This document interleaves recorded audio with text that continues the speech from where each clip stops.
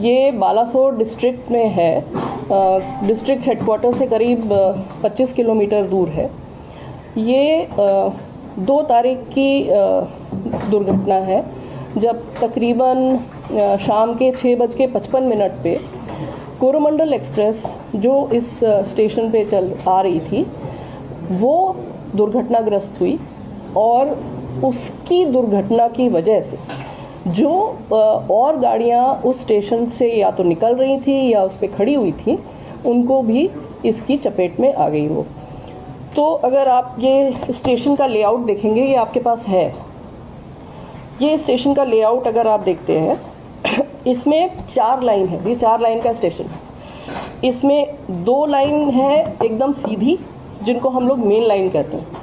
तो जो थ्रू गाड़ियां हैं जिनको स्टेशन पे रुकना नहीं है, वो इस मेन लाइन से सीधी निकल जाती हैं। उसके अलावा जो 2 साइड में, एक ऊपर एक नीचे दिख रही हैं आपको, वो लाइंस हम उनको लूप लाइन कहते हैं, जहाँ पे अगर हमको किसी गाड़ी को रोकना है तो हम वहाँ पे उस गाड़ी को उस लूप लाइन में लेते हैं। तो यहाँ पे उस समय 2 मेल एक्सप्रेस गाड़ियों को पास होना था, अलग अलग डायरेक्शन में। एक गाड़ी आ रही थी और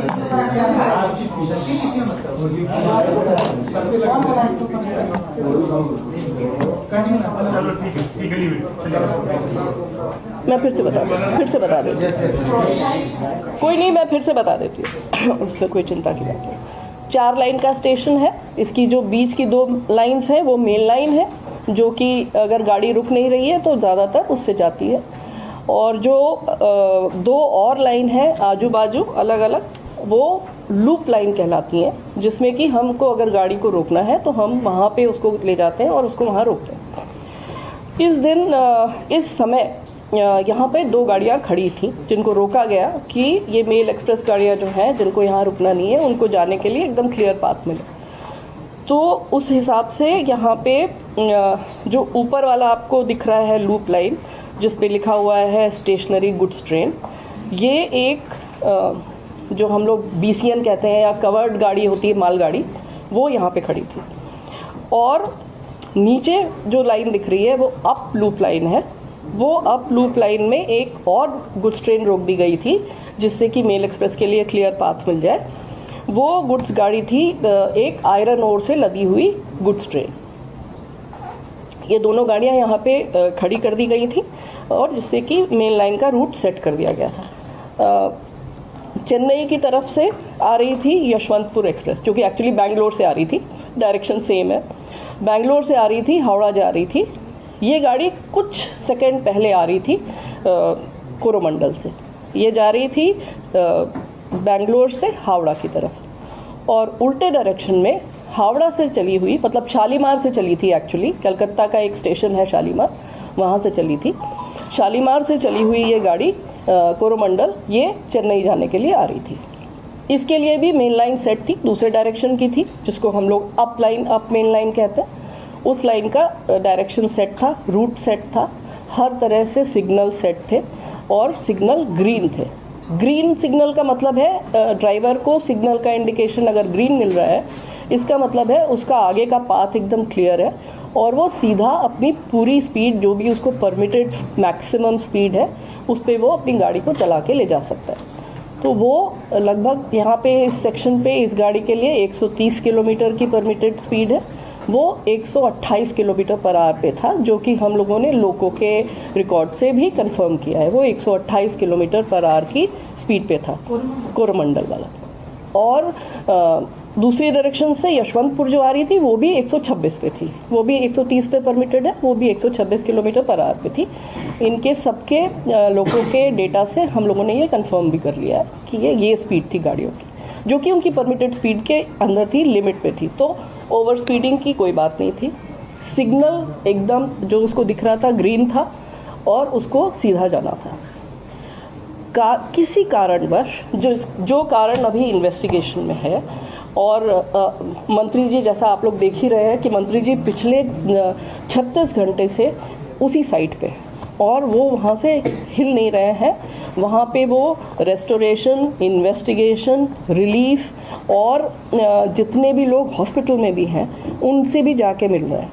तो he is doing everything from there and he is leading from the front. So उन्होंने अभी जानकारी दी है कि प्रिलिमिनरी फाइंडिंग से ऐसा लगता है कि सिग्नलिंग में कोई परेशानी पाई गई, लेकिन वो भी प्रिलिमिनरी जानकारी है। हमारे जो कमिश्नर ऑफ रेलवे सेफ्टी हैं उनकी जांच चल रही है, इसलिए उनकी जांच कंप्लीट हुए बिना हम लोग कुछ भी नहीं शेयर कर सकते हैं अभी डिटेल में, क्योंकि जो भी हम कहेंगे अगर वो गलत हो गया तो फिर वो ठीक नहीं होगा। इसलिए हम भी अभी इंतज़ार कर रहे हैं कि वो अपनी फाइंडिंग्स हमें कंप्लीट डिटेल्ड फाइंडिंग्स हमें बताएं, जिससे कि हम लोग पता कर सकें कि क्या कारण था जिसकी वजह से ये दुर्घटना हुई। दुर्घटना सिर्फ कोरोमंडल एक्सप्रेस की हुई है। ये भी एक चीज़ है जो कि सबको समझने की आवश्यकता है कि यहाँ पे 3 इंजन भिड़ गए और बहुत सी मल्टीपल ट्रेन्स जो हैं वो आपस में टकरा गई, कैसे सब एक ही रास्ते में थीं। ये इस तरह की गलत इन्फॉर्मेशन या गलत समझ फ्लोट अराउंड कर रही है। तो उसको क्लैरिफाई करने के लिए मैं दोबारा ये बताना चाहती हूँ कि सिर्फ एक ट्रेन क्षतिग्रस्त हुई, एक ट्रेन का एक्सीडेंट हुआ जो कि कोरोमंडल थी।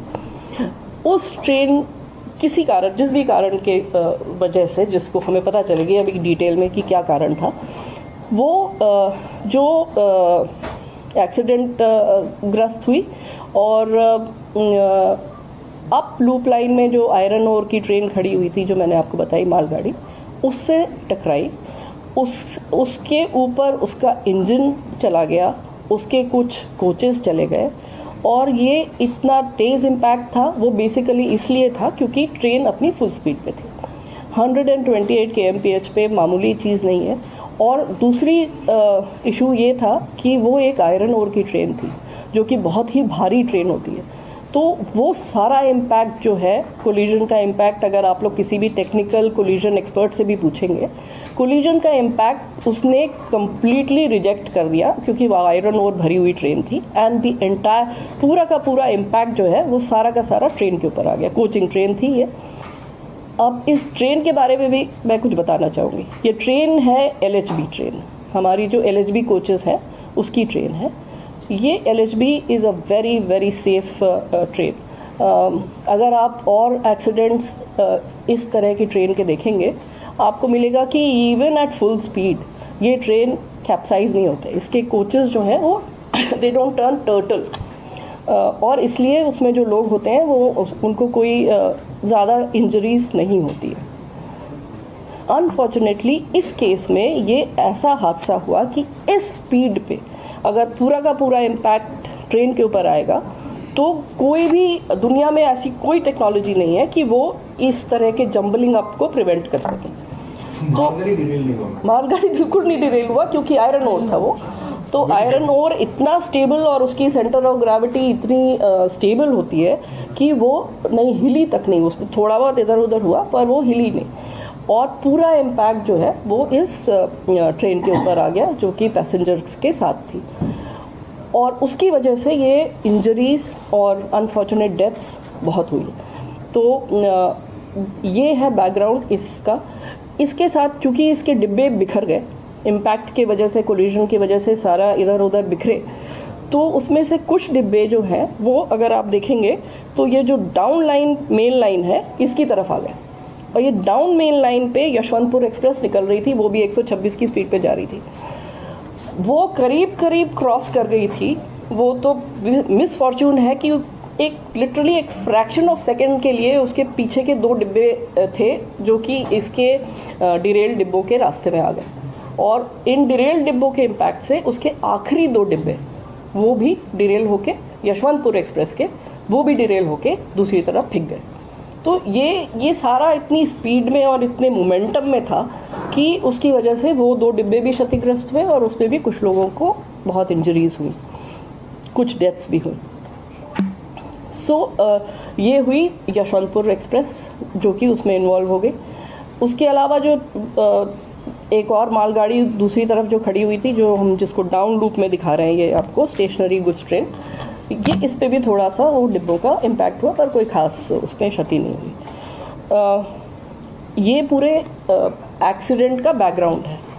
इसके बाद जो सबसे पहला काम हुआ, जो रेलवे में एक बहुत लेट डाउन प्रोसीजर है इस तरह के डिज़ास्टर्स के लिए, कि वो स्टेशन मास्टर ने तुरंत कंट्रोल को मैसेज करी और उसके बाद हमारी जो मेडिकल रिलीफ ट्रेन होती है वो 2 जगह से तुरंत चल पड़ी। 20 मिनट के अंदर वो गाड़ियाँ चल पड़ी। एक आई खुर्दा की तरफ से, मतलब भुवनेश्वर की तरफ से, और एक आई खड़गपुर की तरफ से। भुवनेश्वर वाली पहले पहुंची और उसके जस्ट 10 मिनट बाद खड़गपुर वाली पहुंची। साथ में एनडीआरएफ को इन्फॉर्म कर दिया गया। एनडीआरएफ की एक टुकड़ी बालासोर में स्थित थी, क्योंकि वहाँ पे साइक्लोन और ये सब फ्लड्स वगैरह के लिए उनकी एक टुकड़ी वहाँ पर मौजूद रहती है। उस टुकड़ी को तुरंत इन्फॉर्म कर दिया गया। ये भी मैं बताना चाहूँगी कि हम लोगों की एनडीआरएफ के साथ कंटिन्यूअस इस तरह की घटनाओं से बचने के लिए एक्सरसाइज चलती रहती है, कोऑर्डिनेशन चलता रहता है और हम लोग बहुत सारी मॉक ड्रिल्स करते हैं। उसका ये फ़ायदा हुआ कि एनडीआरएफ की टीम जो बालासोर में मौजूद थी वो भी वहाँ से चल पड़ी तुरंत तैयार होकर और वो भी पहुँची। जो आर्मी की भी वहाँ पे एक टुकड़ी मौजूद थी वो भी मोबिलाइज हो गई, उसको इन्फॉर्मेशन पहुँच गई, वो भी आ गई। जो स्टेट एडमिनिस्ट्रेशन था, जो स्टेट डिज़ास्टर रिलीफ थी, जो district manager DM and his team and the SP and the local administration, everybody responded. Locals जो वहाँ पे थे वो तो खैर they are the first responders, वो सारे locals आ गए and immediately जितने लोगों को वहाँ से निकाला जा सकता था उनको वहाँ से नज़दीक के अस्पताल ले जाया जा सकता था। उसके लिए जो भी कार्रवाई करनी थी वो लोगों ने शुरू कर दी। It is a major disaster, उसमें एक छोटी चीज़ नहीं है, ये एक इतनी बड़ी दुर्घटना और इतने सारे लोगों को का इन्वॉल्वमेंट था। ये सारे लोग इसमें सिर्फ इसी फोकस के साथ लगे रहे कि कैसे लोगों को की जान बचाई जाए और उनको जल्दी से जल्दी हॉस्पिटल पहुंचाया जाए। और जो हमारे डॉक्टर्स वहाँ पे पहुँच गए थे, लोकल डॉक्टर्स, डिस्ट्रिक्ट के डॉक्टर्स पहुँच गए थे, वो फर्स्ट एड वहाँ पे करके एंड इमीडिएटली जो भी इंजर्ड थे उनके लिए जो साधन मिला, जो फर्स्ट अवेलेबल साधन मिला उससे लोगों को मूव करना शुरू कर दिया। एम्बुलेंसेस तो उसके बाद आई, पर लोगों को इस हिसाब से निकालना और मूव करना शुरू हो गया। ये पूरा बचाव और इसका कार्य पूरी रात चलता रहा। सुबह तक 3 तारीख की सुबह तक जब सारे वरिष्ठ अधिकारी भी पहुंच गए वहाँ पे, मंत्री जी खुद पहुँच गए, भी ये काम चलता रहा और करीब दोपहर के 2 बजे के करीब जितने भी लोग उसमें या तो फंसे थे या जिस भी तरह से थे उनको निकाल लिया गया। ये काम जब कंप्लीट हो गया, हर तरह से इंश्योर कर लिया, डिस्ट्रिक्ट एडमिनिस्ट्रेशन ने भी, लोकल पुलिस ने भी ये कंफर्म किया कि यहाँ पे अब कोई व्यक्ति इसमें नहीं है, तब उसके बाद रेस्टोरेशन का काम शुरू हुआ। इसलिए रेस्टोरेशन में अभी समय लगेगा। रेस्टोरेशन में भी बहुत बड़ा काम है क्योंकि यहाँ पे ट्रैक वगैरह सब कुछ एकदम डैमेज हो गया। जो OHE के पोल जिस पे कि बिजली के तार चलते हैं वो सब कुछ डैमेज्ड है, तो वो रेस्टोरेशन का काम चलता रहा। उसके बाद पूरी रात मंत्री जी खुद वहाँ पे उसको सुपरवाइज़ करते रहे सीनियर ऑफिसर्स के साथ। हमारे रेलवे बोर्ड के चेयरमैन साहब और हमारे मेंबर इंजीनियरिंग जो हैं वो खुद, और मेंबर रोलिंग स्टॉक, सब लोग वहाँ पर रहे, जनरल मैनेजर्स, DRMs, सब लोग वहाँ पे। अपार्ट फ्रॉम हमारी टीम्स जो कि लेबर, सारा टेक्निकल टीम्स, सारे मटेरियल जो चाहिए रिप्लेस करने के लिए, सब लोग वहाँ पे मोबिलाइज होते रहे। सारी रात वो गाड़ियाँ भी शटल की तरह से चलती रहीं और वो सामान वहाँ पे पहुँचा के अभी आप देख ही रहे हैं कि रेस्टोरेशन का काम बहुत तेज़ी से चल रहा है। शायद शाम तक 8-8 बजे तक हमको एक लाइन मिलने की उम्मीद है। हो भी सकता है कि अगर काम ठीक चला तो दोनों लाइनें इस लायक हो जाएंगी कि कुछ गाड़ियाँ निकल सकें, धीमी गति से निकल सकें।